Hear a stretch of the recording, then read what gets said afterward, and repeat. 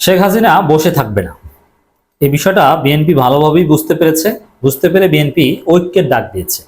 বিএনপির ঐক্যের সাথেও আমরা সুর মিলিয়ে বলতে চাই, বিএনপি জামাত বিভিন্ন জায়গায় প্রতিযোগিতা হবে, বৈষম্যবিরোধী ছাত্র আন্দোলনের সাথেও বিএনপির বিভিন্ন প্রতিযোগিতা হতে পারে, মারামারি চলছে হবে, ডান বাম ব্যাপক বিতর্ক চলছে। কিন্তু হাসিনাকে ঠেকানোর জন্য আবারও ডান বাম বিএনপি জামাত বৈষম্যবিরোধী ছাত্র আন্দোলন সবাই কাঁধে কাঁধ মিলিয়ে আওয়ামী লীগ হাসিনা প্রেতাত্মা এদেরকে ঠেকানোর জন্য ঐক্যবদ্ধ হতে হবে। এই একটা জায়গায় হাসিনা ভারত, হাসিনার দালাল ছদ্মবেশী হাসিনা, এদেরকে ঠেকানোর জন্য আমাদের সবাইকে ঐক্যবদ্ধ হতে হবে। বিএনপি বিষয়টা ফিল করছে, আমাদের সবাইকে এই বিষয়টা ফিল করতে হবে। কারণ দেখেন, একের পর এক পরিকল্পিতভাবে ফোনালাপ ফাঁস করে দিয়ে দেশকে অস্থিতিশীল করা এবং বিভিন্ন গেম খেলার চেষ্টা করছে হাসিনা। এখনো হাসিনা নিজেকে বাংলাদেশের প্রধানমন্ত্রী দাবি করছে, আমি তো পদত্যাগ করিনি, আমি এখন বাংলাদেশের প্রধানমন্ত্রী। মানে এই বিষয়গুলো বাস্তবে হাসিনা তেমন কিছু করতে না পারলেও ষড়যন্ত্র চলছে এবং ভারত যেহেতু আছে, এই বিষয়গুলো নিয়ে আমাদেরকে ভাবতে হবে। অতএব দর্শক, হাসিনা বসে থাকবে না, আমাদের সবাইকে ঐক্যবদ্ধ হতে হবে।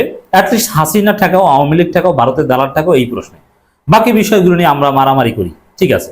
হাসিনাকে ঠেকাতে হলে আমরা সবাই একসাথে নামবো। আপনাকে একমত? এই বিষয়ে আমাদেরকে একটা জাতীয় ঐক্যমত প্রতিষ্ঠিত হওয়া দরকার। বিএনপিকে ধন্যবাদ, এ বিষয়ে তার ঐক্যের ডাক দিয়েছে। হাসিনা চুপচাপ বসে নেই, সবাইকে ঐক্যবদ্ধ থাকতে হবে।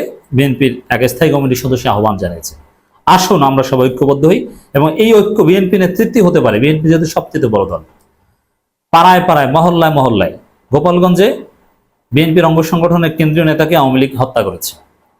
অতএব জামাত তো নিরাপদ নয়, কেউ নিরাপদ নয়, আওয়ামী লীগের মরণ কামড় এখনো থামেনি। অতএব আওয়ামী লীগকে উচিত শিক্ষা দেওয়ার জন্য আমাদের সবাইকে ঐক্যবদ্ধ হতে হবে। পাড়ায় পাড়ায় মহল্লায় মহল্লায় আওয়ামী লীগকে শিক্ষা দিতে হবে, সামাজিক বিচার করতে হবে, ন্যায় বিচার নিশ্চিত করতে হবে। ভারতে গিয়েও শেখ হাসিনা চুপচাপ বসে নেই, বিভিন্নভাবে ষড়যন্ত্র করার চেষ্টা করছেন, এমন অভিযোগ করে বিএনপির স্থায়ী কমিটির সদস্য সেলিম রহমান বলেছেন, বিভেদ বলে সবাইকে ঐক্যবদ্ধ থাকতে হবে।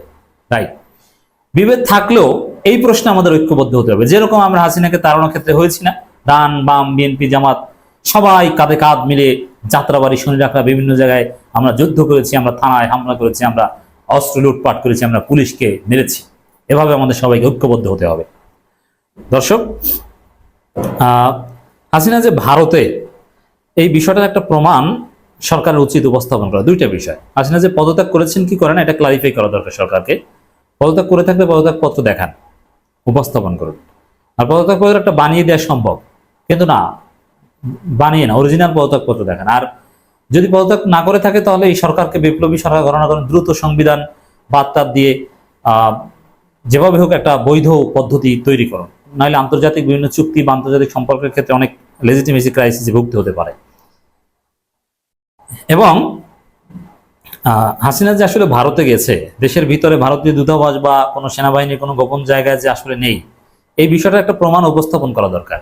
হাসিনা যে বিমানে বা যে হেলিকপ্টারে গিয়েছে, বর্ডার এলাকা ক্রস করেছে, এগুলো তো বিভিন্ন ক্যামেরায় ছবি বা স্যাটেলাইট থেকে ছবি নামিয়ে এর কিছু প্রমাণ দেওয়া যায়। সরকার চাইলে এটা সম্ভব।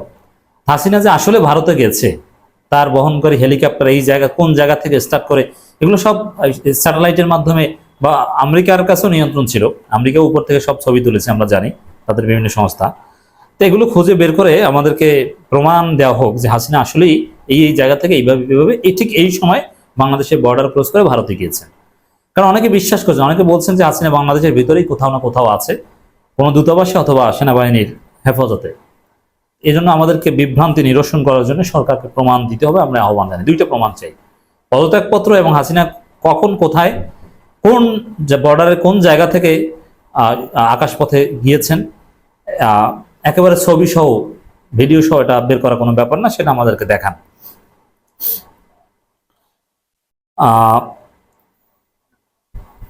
সেলিমা রহমান বিএনপি স্থায়ী কমিটির সদস্য, তিনি এ বিষয়ে সবাইকে ঐক্যবদ্ধ থাকার কথা বলেছেন। তিনি বলেন, স্বৈরাচারের দোসররা বিভিন্ন জায়গায় উস্কানি দিয়ে বিশৃঙ্খলা এবং ঘেরাও করার চেষ্টা করছে।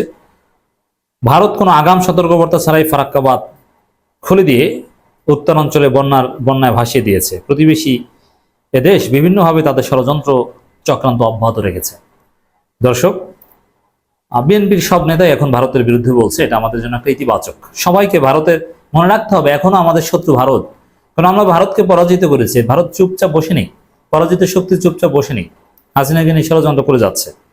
তিনি বলেন, গত 17 বছর গণতন্ত্র পুনরুদ্ধার আন্দোলনে বিএনপির অনেক নেতাকর্মী জীবন দিয়েছে, বহু ত্যাগের বিনিময়ে আমরা স্বাধীনতা পেয়েছি। ত্যাগের সেলুট ও নিহতদের প্রতি গভীর শ্রদ্ধা জানাচ্ছি। কিন্তু বিএনপিকে একই সাথে সাবধান থাকতে হবে, ব্যবস্থা নিতে হবে। বিএনপির কেন্দ্রীয় নেতাকে আওয়ামী লীগ পিটিয়ে হত্যা করে, গতকালকে ঘটনা গোপালগঞ্জে। বিএনপি চুপ থাকতে পারে না, এর বিরুদ্ধে বিএনপি কি ব্যবস্থা নিয়েছে আমরা দেখতে চাই। বিএনপির 31 দফা রূপরেখায় রাষ্ট্র সংস্কারের সব প্রস্তাব রয়েছে জানিয়ে বিএনপির নেতা বলেন, রূপরেখা থেকে 1.5 বছর আগেই দেওয়া হয়েছিল। প্রস্তাবে ছিল একজন দুবারের বেশি প্রধানমন্ত্রী হতে পারবে না, দ্বিকক্ষ বিশিষ্ট পার্লামেন্ট গঠন এবং জনগণের ভোটে সংসদ নির্বাচিত হবে। আগামী জাতীয় সরকারের মাধ্যমে তা বাস্তবায়ন করা হবে। হ্যাঁ, এখনকার যে সংস্কার সেখানে তো 31 দফা উল্লেখযোগ্য নয়।